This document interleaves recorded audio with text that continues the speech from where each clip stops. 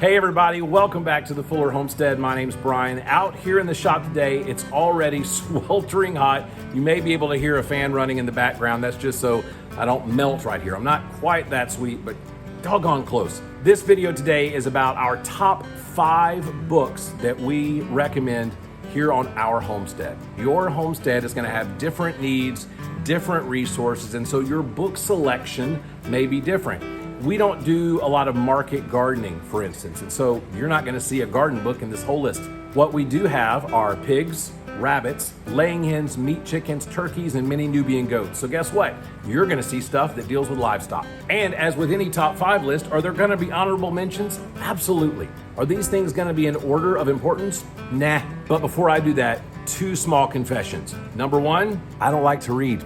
Never really have. So when I'm recommending books to you, you're going to notice they're probably more reference-oriented books. I do have a couple of books that I'll mention as honorables that are kind of read-through that were really nice, but on the whole, they're reference books taken small bite chunks. It's the way I like to read. In fact, it's really the only way that I read. The second confession is this. My first go-to when I have a problem is the internet. Yep, I'm going to Google that issue and I'm going to pull it up. But here's what I have found. There seem to be a lot of different opinions about the same subject. One person is going to tell you can feed an animal this, and another person is going to say there's no way, you'll kill them. So that's why sometimes it's helpful to have references like the first one on our list, Merck's Veterinarian Manual. This is the 50th edition copy, printed in 2005, so it's already 20 years old, but guess what?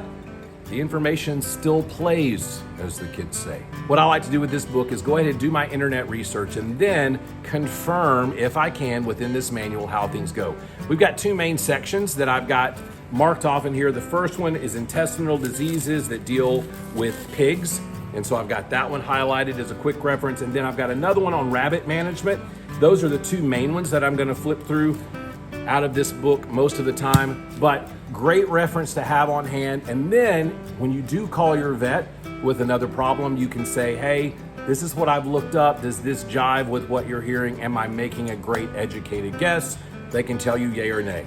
Book number 1, Merck's Veterinarian Manual. Number 2 book on our list is this one. It has no cover. Here we go. Raising Small Livestock. This book, ladies and gentlemen, was written in 1974. That's the year that I was born, but it's not the only reason it's one of my favorites. You can see I've got tabbed off the different livestock that we have on our farm, and guess what? He just happens to have a section on every one of the animals that we have. He'll walk you through everything on how many animals of a particular breed to have, the different breeds there are, how to have best containment for them, good nutrition, even small sections on how to butcher.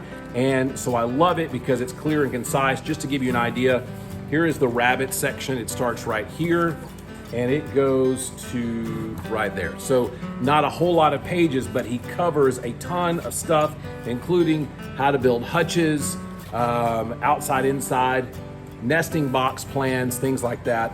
Wonderful little book called Raising Small Livestock. And if you have small acreage like we do of only 5 acres, this one is a great resource. That's number 2. This third book is gonna come out of left field for some of you because there are some great books out there. I've got another stack we'll probably go through as honorable mentions, but let me throw this one up because it was one that I grabbed immediately when I was selecting off the shelves, and it's still one of my favorite books, and it's called The Frugal Homesteader. It's by John Moody. Not a thick book, but wonderful practical information about how to raise animals on a budget, how to work your whole homestead on a budget. It walks you through different things like how to save money in your garden, how to save money in your shop, for your animals, in your home, in your barn, becoming more self-sufficient, with the best places to source and resource items so that you don't have to go out and purchase them. It's just a really, really cool way to maximize your budget. So, Frugal Homesteader, highly recommended. It's our number 3 book. We're going to take a brief moment here to give you some honorable mentions before we hit book number 4 and book number 5. As a farmer and a homesteader, you have to have a lot of general knowledge about a lot of different things because guess what? You got to make repairs in plumbing. You got to make repairs in wiring. You got to do construction. So while the internet's great building videos, great wiring videos, it's helpful to have references to go to that are already on your farm. I'm going to hold up these 3 Black & Decker series books. All of them were purchased used. This one, I believe, was at a Goodwill for $2.50. This one has everything to do with plumbing. This one has everything to do with electrical, and this one is a general home repair book. Now, for some of you, you're really handy, and you grew up doing all these kind of repairs on your farm and homestead, and you're like, Brian, I don't need that. I got it. That's cool. These books aren't for you. This is for me, the guy who didn't grow up doing that. And while some of this stuff is a little bit dated, you'll notice some of the pictures. I mean, roofing's roofing, so this one's not. But let's say you get to plumbing and they're talking about CPVC, and you realize, hey, they don't hardly ever use that in anything anymore. In fact, they're phasing it out. Yeah, they are. It's all going to PEX. So you're going to skip that part unless you have to repair CPVC. And then guess what? That's the book you need. These were extremely helpful. Just had general basic concept. It's got some great charts in there. Everything from water pressure and water flow to what a particular wire will carry as far as amperage goes. Helpful stuff to have and refer back to. This one I actually found last, which has a lot of the stuff that's in those two books on a more general terms, but like this one as well. In this same vein of having more general knowledge, this one is a fairly recent purchase. It's called Farm and Workshop Welding. It has been a great resource to me as I'm trying to become more proficient in welding. I love the charts that you have in there based on the type of metal and the type of rods that you're going to use, because currently all I'm doing is stick welding, so this is great to have. I'm also going to give a shout out to a lot of former ag textbooks. I've got several in my collection. This one is called Farm Buildings. This one, I love the cover. Farm Tractor Maintenance, Shop Work on the Farm, and the Farmer's Shop Book. You can tell I really like that one a lot. This is more of a step back in time, walk through history type of deal. However, I have pulled out some of these because I picked up some older engines off of Facebook Marketplace. And guess what? I've looked at this Farm Tractor Maintenance and it's got Wisconsin engine parts in it. Guess what I happen to have? A bunch of old 1950s Wisconsin engines. This is great and helpful. Big shout out to old farm, homestead type books. They're a great resource and a lot of fun to have.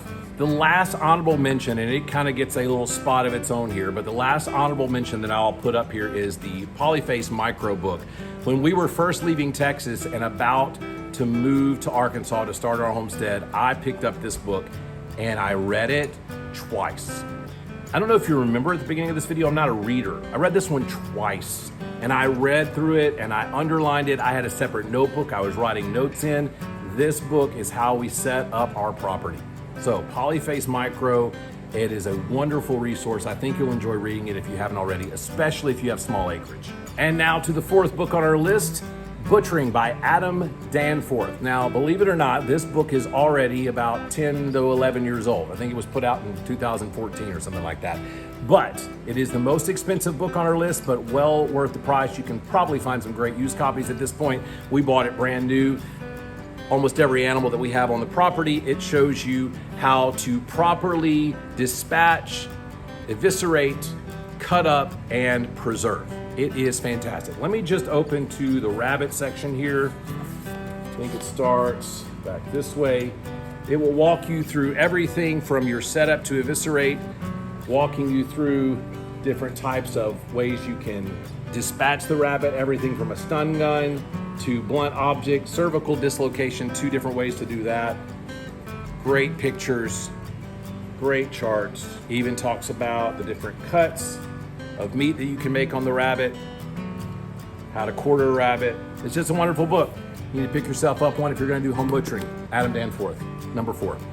So there was a lot of struggle to narrow this down just to 5, as you can tell, because I did as many more honorable mentions than I did actual top 5. This last one was difficult, but I'm going to go ahead and throw it up here. The Encyclopedia of Country Living.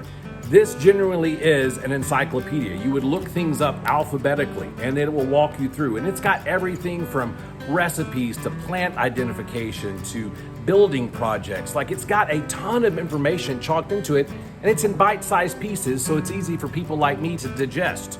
I don't mind flipping through this book every now and then. This one happens to be a 50th anniversary edition as well, but you can find used copies online for not that much. And it's a great addition to your home library. I know there are a lot of things that you guys might enjoy as well. I've seen people do great lists that would include the Foxfire series books.